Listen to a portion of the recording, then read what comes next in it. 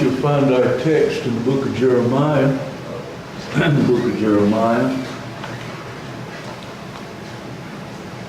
Thank the Lord for the privilege to be here again tonight.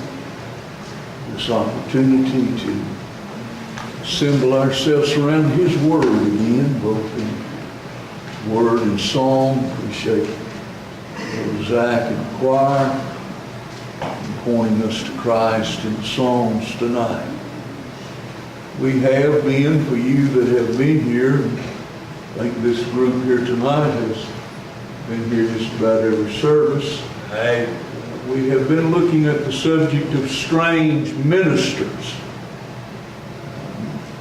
Those ministers that God would send by the house to preach a message to us. And as we have said each service, I oftentimes get caught up with their package and I miss their message. We have already looked at the strange minister of storms, disappointment, failure, as Brother Frankie has already pointed out to us. I don't know how many times they've come by and they're preachers, but I miss their message. I'm just so caught up with their package. Probably the one that stands out the most to me, this is just for me now, is the one I would like to share with you tonight. I call it the strange minister of fear. Strange minister of fear. In the Bible, fear is used as a two-sided coin. The Bible shares with us that there are two types of fear. There is one side of the coin which is to be afraid, to be exceedingly anxious, tense, terror that causes one to tremble.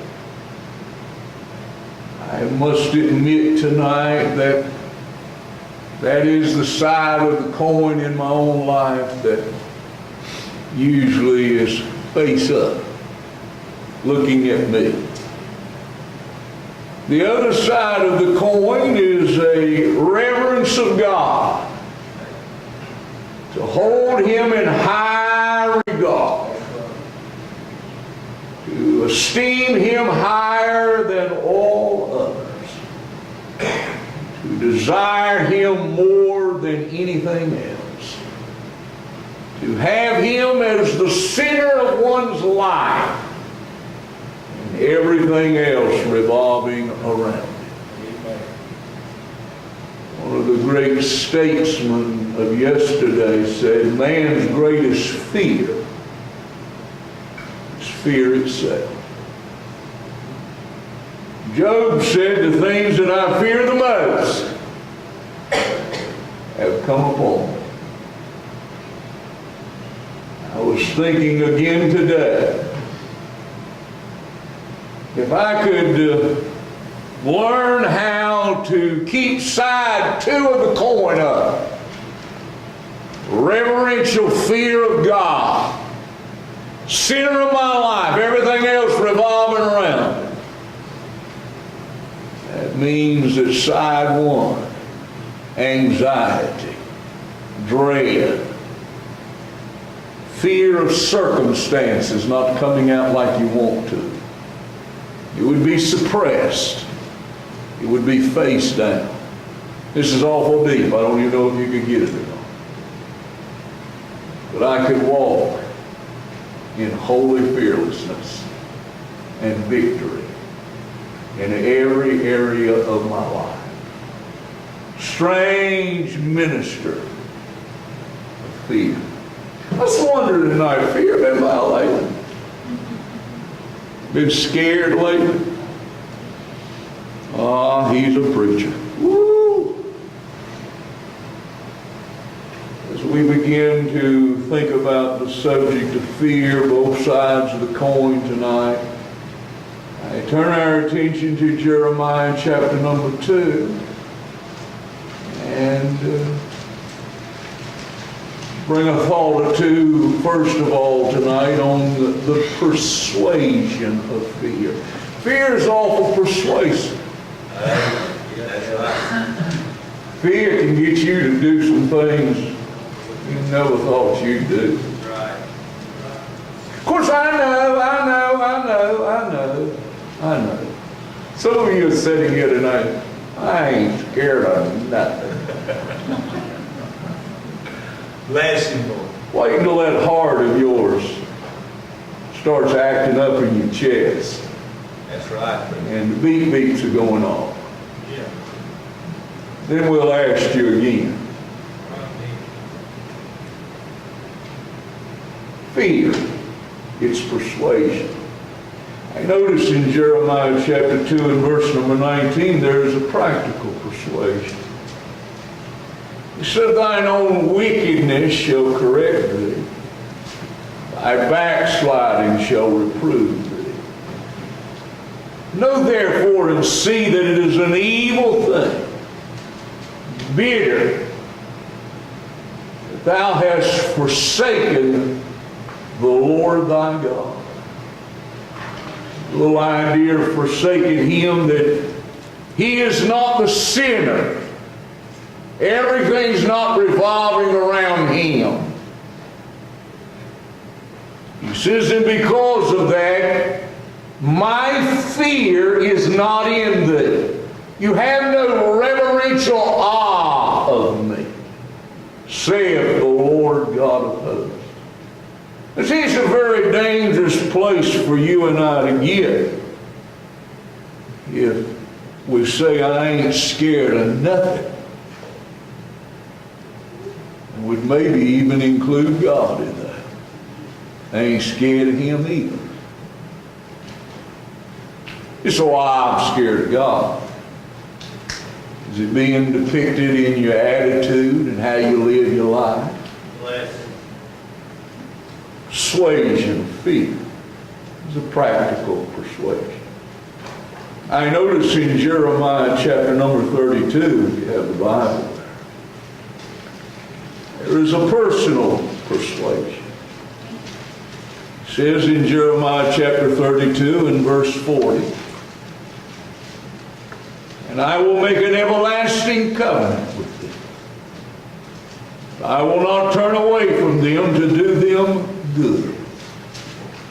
But I will put my fear in their hearts, that they shall not depart from me. One of the ways you can know for sure that you belong to God is that He has put a reverential awe in your heart for Him. There's an overwhelming desire in your heart to put Him as the centerpiece of your life. Let everything revolve around Him. He has done that. You did not do that. Personal persuasion. I was wondering tonight, not being nosy, I stick my nose in your business. You got anything like that going on inside of you tonight? You think of God and you say, wow, man, I want Him to be center.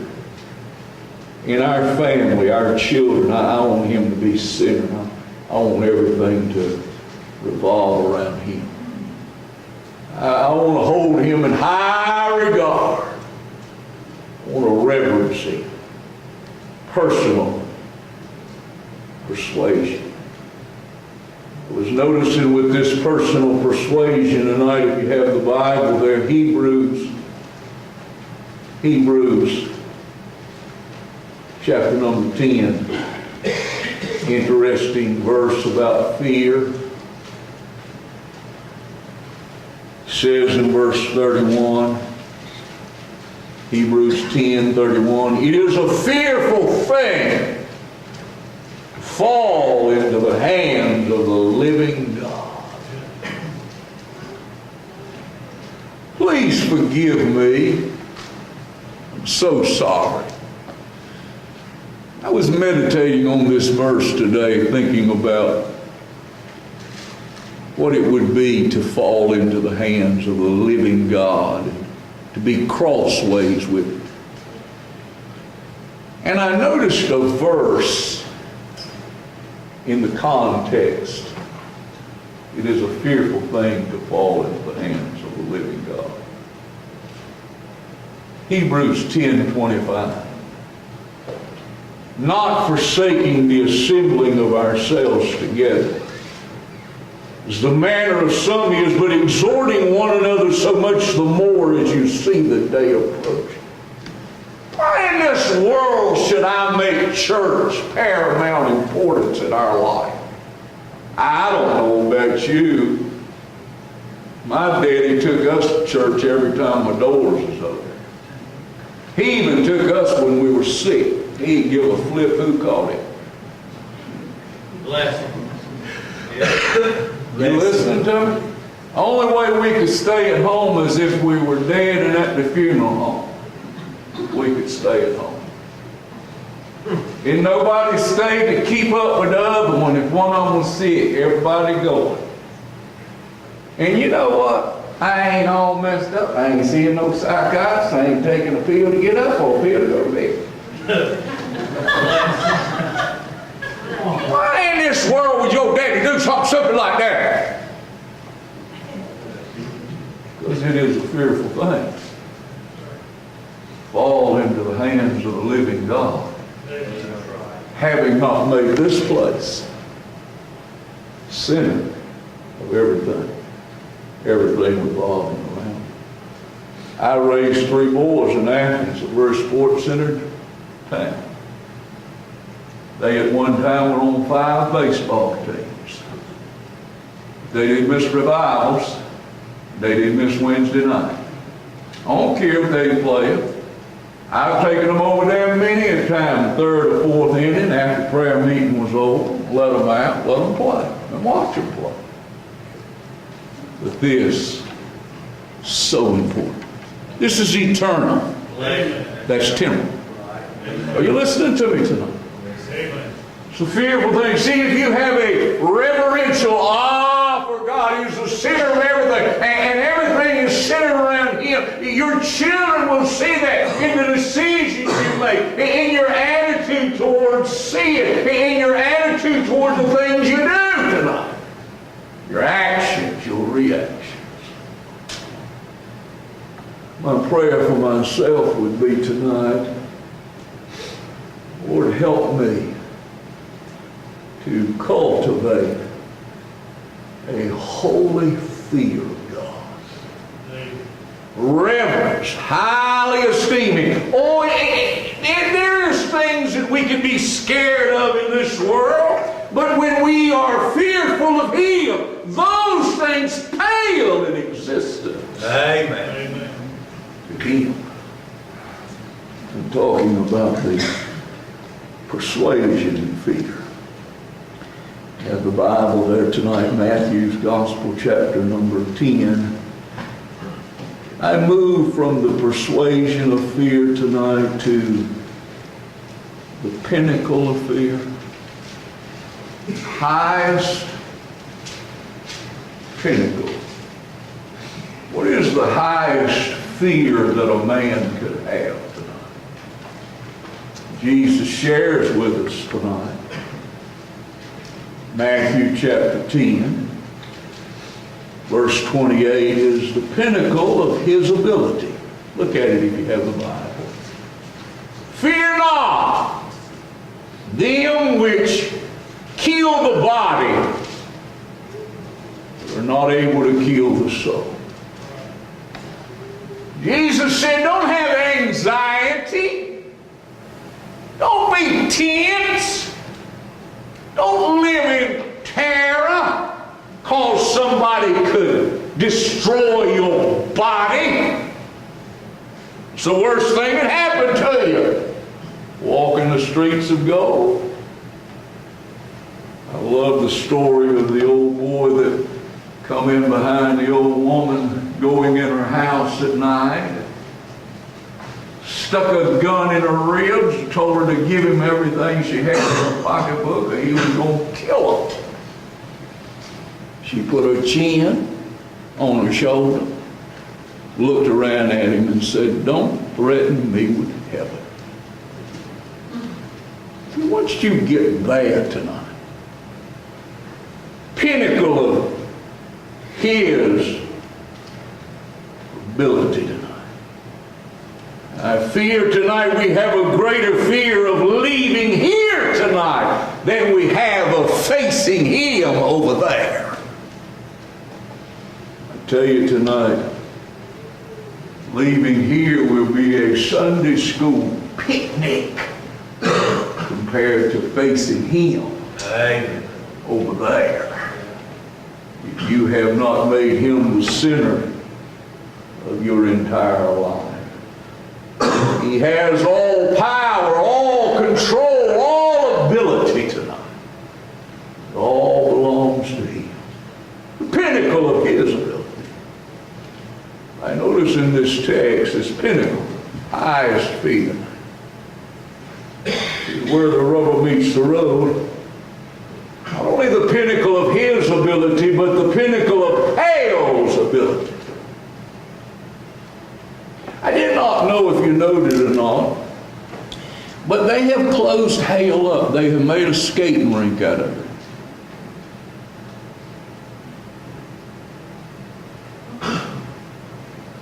Do you believe that?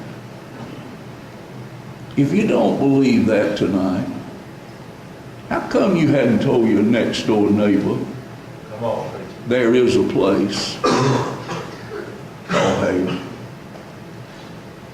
How come tonight you have not told your kids, your grandchildren, that there is a place called hell? What's the text? It says in verse 28, "Fear not them which kill the body, but are not able to kill the soul, but rather fear him." Here he is, which is able to destroy both soul and body in hell. You know, tonight, you do not have to go to heaven if you don't want to go. That's right. You don't have to go to hell if you don't want to go. But you ain't staying here. Amen. Everybody you know tonight, think about everybody you know tonight. Think about your immediate family. Ain't none of them staying here. They're going somewhere. I don't doubt some of you sitting right here tonight have already got family members that are in hell. You're confident of that. Hell a real place tonight? Because you know, I don't know about you, it seems like the world, everybody goes to heaven. When is the last time you heard anybody on the news and they died, movie star, politician, I don't care who it was. When is the last time you heard a famous person, they said, they in hell?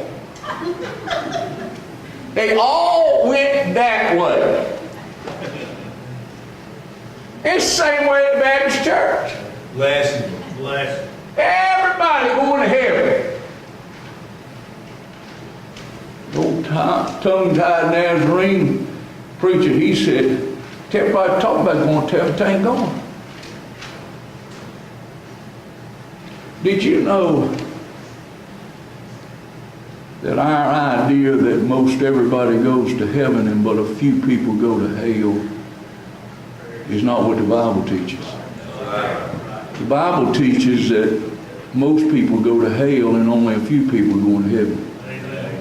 Matter of fact, B.R. Lakin said that he believed that 50% of every fundamental Baptist church in America, 50% of the people sitting in their pews were lost and on their way to hell.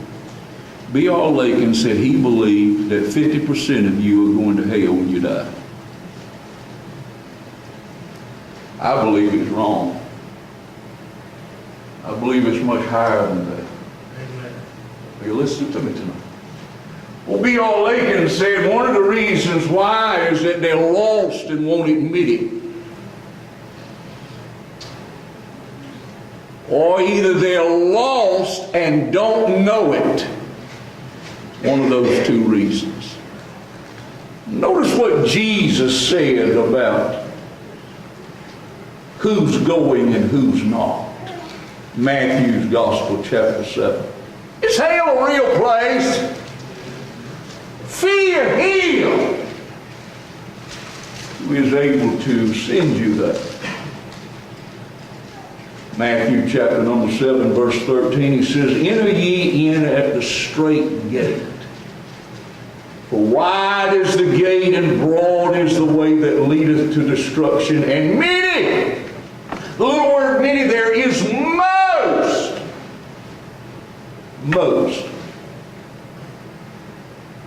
go in thereat. Because straight is the gate and narrow is the way that leadeth unto life, and a few, just a few, will find their way there. Jesus himself, he said, most people will go to hell. He says there'll just be a few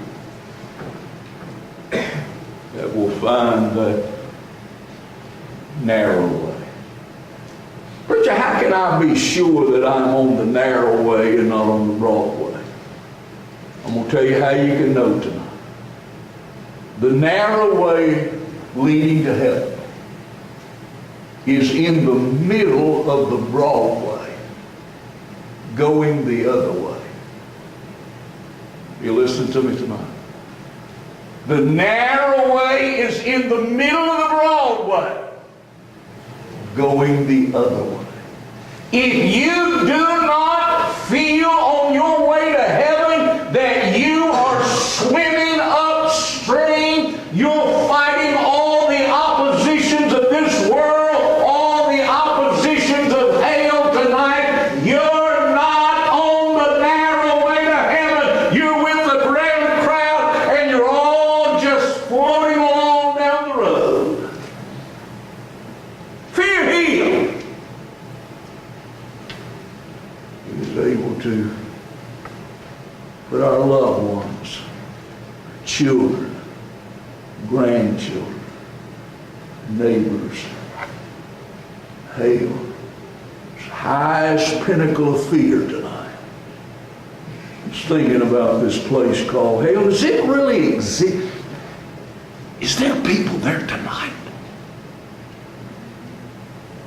Do you have people tonight that you've got loved ones, maybe a grandparent, maybe an old uncle or aunt that's already there? What's it like there? Luke's Gospel, chapter number 16, petrifies me.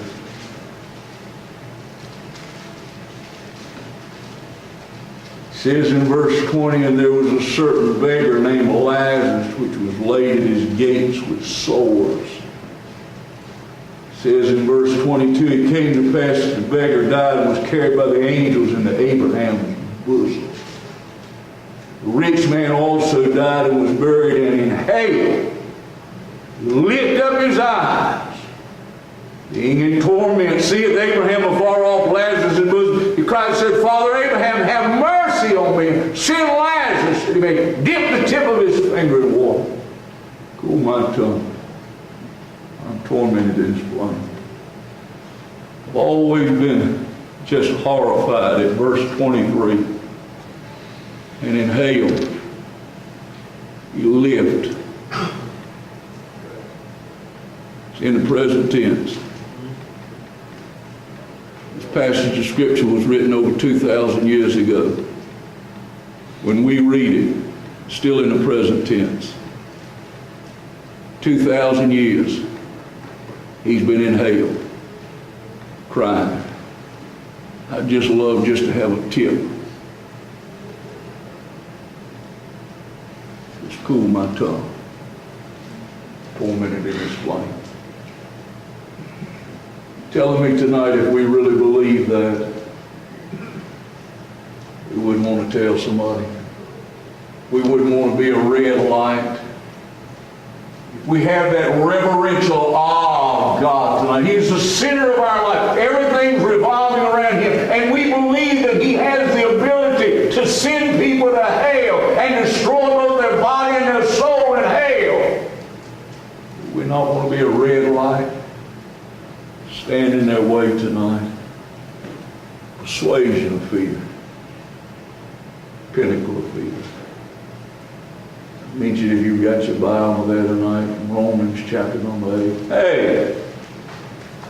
Reverend Phil been by lately? Oh my, he's a preacher. I was wondering tonight, when you see people, that lady down there at Walmart line, she checks you out. While she's checking your groceries, you ever think about where she's going when she dies? Are you listening to me tonight? Most all of us go to a doctor. My daddy he was bad about witnessing to people. Matter of fact, the last 20 years of my daddy's life, he sat on a bench in Gatlinburg, Tennessee, behind a pancake house. He sat there 8 hours a day, and whoever was sitting down on the bench, he'd tell them about Jesus as his life. He just loved it. In his later days, I would take him to the doctor. I'd take him to the hospital. Always got to ask the doctor. I mean, old Muslim Indians and stuff. He's got to bring up Jesus to them. Ask them where they're going when they die. I said, Daddy, why do you do that? He said, well, I'll tell you what. He said, I want to get it done while I'm over here. He said, I don't want to have to come back over here to do it. Probably some of you could probably quit going to that doctor you're going if you go and get it done. Ask them about the soul. Ask them where they're going when they die. Pinnacle of fear. Really believing that God has the ability to send men, women, boys, and girls to hell. I notice in Romans chapter number 8, not only is there the persuasion, the pinnacle of fear, there's the prayer for fear. This is probably where God helped me with my fears more than any other place. He says in Romans chapter number 8 and verse 15, you have not received the spirit of bondage again to fear. You have received the spirit of adoption. It's a prayer. Prayer of adoption. He says he has adopted us. This is question for you. This is yes. This is no. This is I don't know. How many of you believe tonight spiritually that God has adopted you? Bobbleheads, preacher. Well, if you believe that he has adopted you, you must believe that he picked you. That's what adoption is. Picked you. I've told you before, having been a fat boy all my life, and always a mess. The only time I ever got picked, I was the last person standing, and they would always say, we'll take Gilliam if you'll give us first back. Only time I ever got picked. And to think that he would pick me and know I could back, I stand amazed. Adoption. It's picked me, placed me in a royal line. I am a child of the King tonight. Old Spurgeon said it's a good thing that he picked me before time, because had he awaited to end time, he would have never picked me. Prayer of adoption. Along with this prayer tonight, he says in our text, verse number 16, he says, the Spirit himself beareth witness with our spirit. We are the children of God. He says, if I have picked you tonight, I have adopted you tonight. I love what little argument they were having on the playground. A little adopted boy. They were making fun of him. So you don't even have a mom and daddy. Everybody took it all they could take it. And he says, I know one thing for sure. He said, my mom and daddy picked me. He said, your mom and daddy had to take what they could get.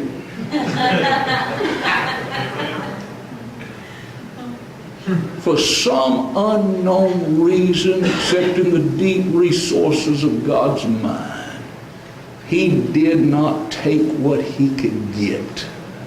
But for some reason, he picked me. And I stand amazed tonight. It helps me with my fears, my anxieties, my terrors, my trembling. When I look at the circumstances and don't know how they're going to come out, I don't have to be afraid. How come? He picked me. He won't do anything to me that won't help me. Matter of fact, he says in verse number 16 that he's left the Holy Ghost with me. That's an interesting word, that word with. Old Testament talks a lot about God being with them. Joseph, several times. And the Lord was with Joseph. With a fivefold position. He'll go before you. He'll get there before you do. He'll come alongside so you can fellowship and talk with him. He says, I'll be over you. No hellish attacks from above. He says, I'll be under you. No hellish attacks from below. He says, I'll be behind you. Nobody gonna come and get you from the back. Fivefold relationship in the Old Testament. Now the Spirit is with us, and it's no longer a fivefold relationship. No. Now it's 7. He still goes before us, still comes alongside of us, he's still behind us, he's still over us, he's still under us, but now he says, I'm going to get inside of you, and I'm going to let you get inside of me. Wow. The devil couldn't find you tonight if he was to send out a search party. God's with me. There's the prayer of adoption. Notice in this text, fear's going to come. Oh, Reverend, fear going to come by and scare the hound out of you. What you going to do? Not only is there the prayer of adoption, but there is the prayer of Abba. He says in verse 15, for you have not received the spirit of bondage again to fear, but you have received the spirit of adoption, whereby we cry, Abba, Father. Abba, Father. I've probably done this here before, but I'll do it again just in case you forgot it. I was wondering, on the count of 3, would you say out loud the word Abba? 1, 2, 3. Abba. Let's try it again. 1, 2, 3. Abba. We're going to try it one more time, but this time I want you to do me a favor. I want you to pay close, very, very, very, very close attention to what your tongue does when you say Abba. Be conscious now, very conscious of what your tongue does when you say Abba. 1, 2, 3. Abba. Do you notice what your tongue did? Nothing! Baby talk. That's how babies learn to talk. They always say words that they do not have to move their tongue. Papa. Dada. Anxiety comes. Trouble comes. Difficulties come. I'm scared to death, preacher. Papa. Dada. Abba. I was thinking about that again today. I am the type of fellow who is afraid of my shadow. That's why the sister back there travels with me. She ain't scared of nothing. If I was to carry a gun with me, I'd keep the gun and send her to the door. Always been afraid, scared person. I have 2 Georgia power poles burning in the yard tonight there in Winterville, Georgia. The yard's so lit up there that the birds wouldn't even roost in the yard. They think it's daytime there all the time. I keep a 100-watt bulb burning in the house at all times, 24 hours a day. It never goes out. If it goes out, I put a new one in there. You say, what in the world you want a 100-watt bulb in the house and you're not even home? Somebody breaks in, I want to be able to see what they're doing. My grandmother lived with me all the years I grew up, and then after I got married, she moved in with us until she died. And she was a fearful lady. I never known my grandma to go to bed that she didn't look under every bed in the house twice. She looked in every closet in the house twice. She checked every window in the house twice. She checked every door in the house twice.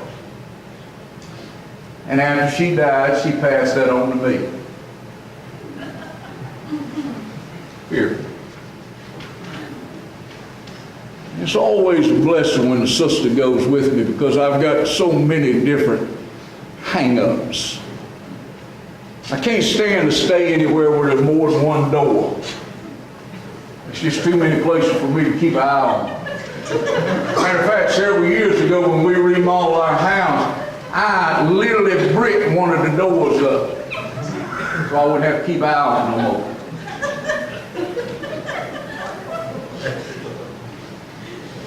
I just don't, I like a lot of light. We keep a lot of lights burning in the house. The house that we live in right now, I've never spent but 2 nights there by myself in the 35, 40 years we've lived there. If I do have to stay by myself, John's wife calls me to Phantom. I come in about dusk dark and I leave about daybreak. I don't like to stay by myself. I have stayed there twice though. She called me one night and she said, what lights you got on? I said, well, it'd be easier for me to tell you what lights ain't on. But I believe they are all on. She said, are you in the bed? No.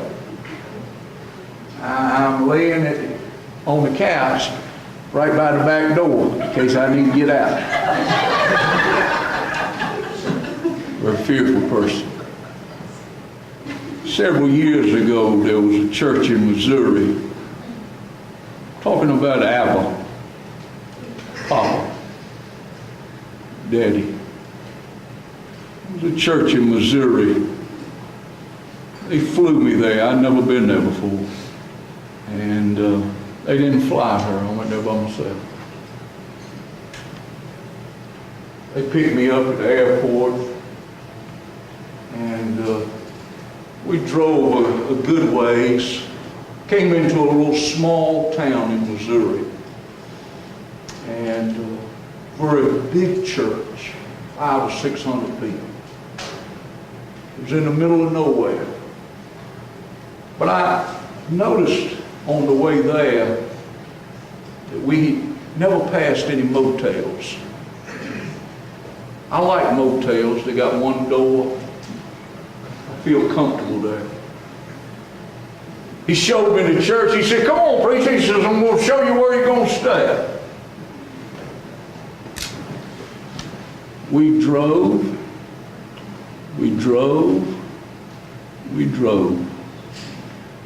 I noticed that I hadn't seen any more street lights. I noticed that I hadn't seen any houses. They were 4 and 5 miles apart. Man, terror is sitting into my soul. We finally get to a little driveway. He said, preacher, here's the driveway to the house where you're going to be staying. We drove. The driveway to that house was 3 miles off the road. Amen. Oh yeah, that's amen. They ain't amen for me. I ain't like it. It went from asphalt to gravel to grass.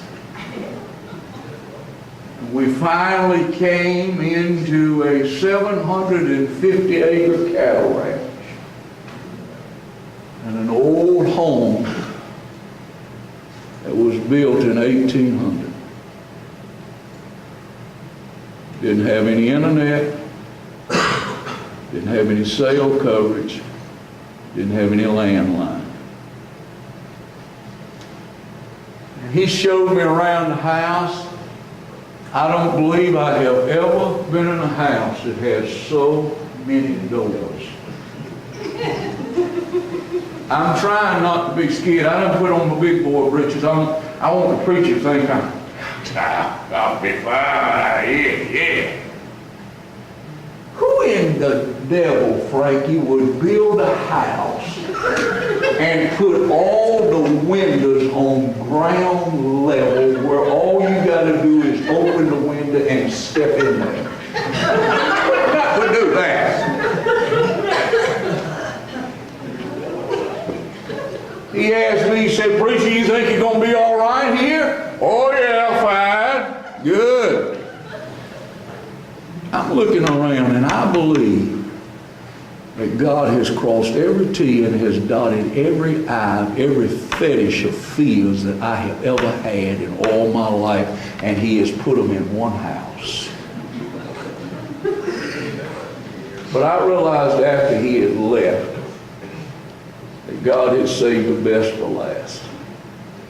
I went in the kitchen to get me some water, and I noticed out of the corner of my eye beside the refrigerator, there was not one mouse trap, there was not two mouse traps, there was not three mouse traps, there were 4 mouse traps. But I'm terrified of mice. Mouse come by here, I'm getting on the table. You got 4 mouse traps, you got a mouse problem. I'm sitting in that house and thinking that I got to be here for 5 nights.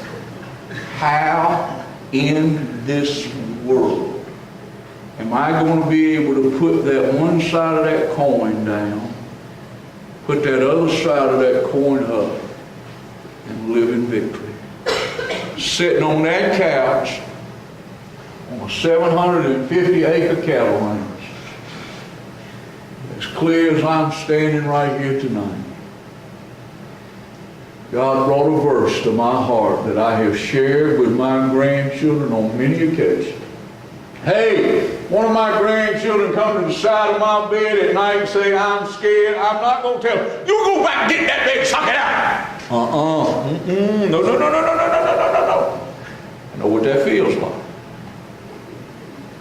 I have often told them, what time I am afraid, I will trust in Thee. So every time I felt like I was getting fearful, I would cast all of my weight upon Him. I would trust Him with all of my being. And guess what? It worked! Amen. Telling you tonight, when that side of the coin comes up, anxiety and that fearful thing, cry out to Papa. Dad, the only one that can help. John said that perfect love casteth out all fear. I close tonight. Several years ago, my wife and I were in a meeting in Winston-Salem, North Carolina. Old preacher's name was Joe. I believe if there was ever a candidate for Ridley, Joe would have been, he'd been high on the list. About 10 minutes to 7, service started at 7 o'clock. There's been warnings all day that storms were coming. Right there around the church.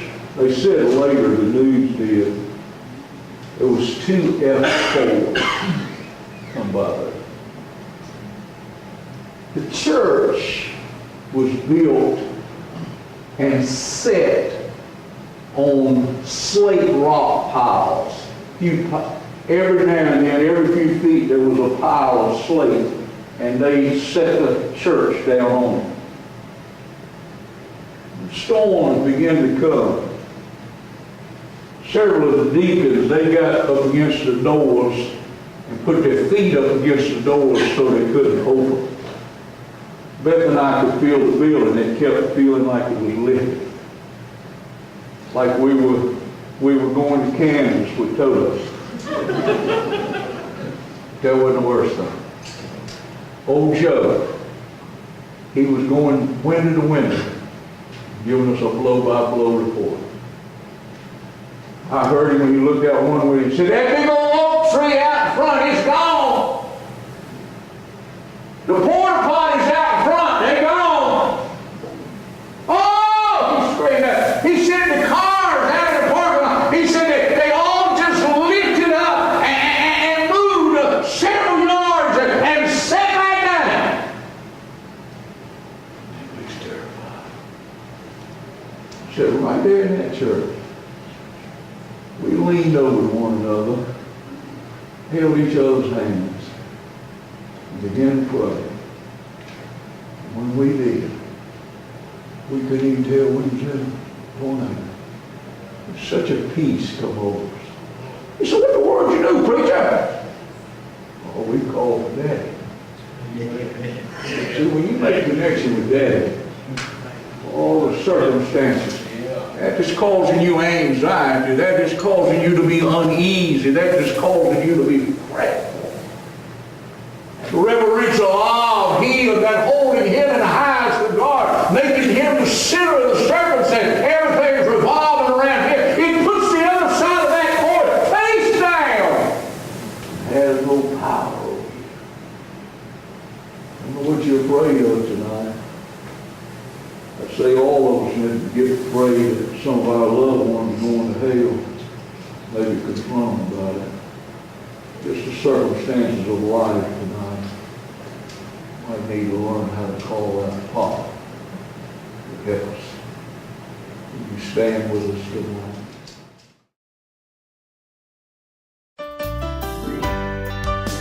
Are you looking for a place to worship God in spirit and in truth? Hello, I'm Frankie Green, pastor of Trinity Baptist Church in Auburn, Georgia. We would like to invite you to be in our service with us. Sunday school starts at 10 with morning worship at 11. Sunday evening worship begins at 6 and Wednesday night prayer service at 7. We are a King James Bible-believing, fundamental, independent Baptist church reaching out to those who need a special touch from God. For more information, you can visit us at TrinityBaptistAuburn.com or on Facebook at Trinity Baptist Church Auburn. We welcome you to Trinity Baptist Church, where you will become part of a family.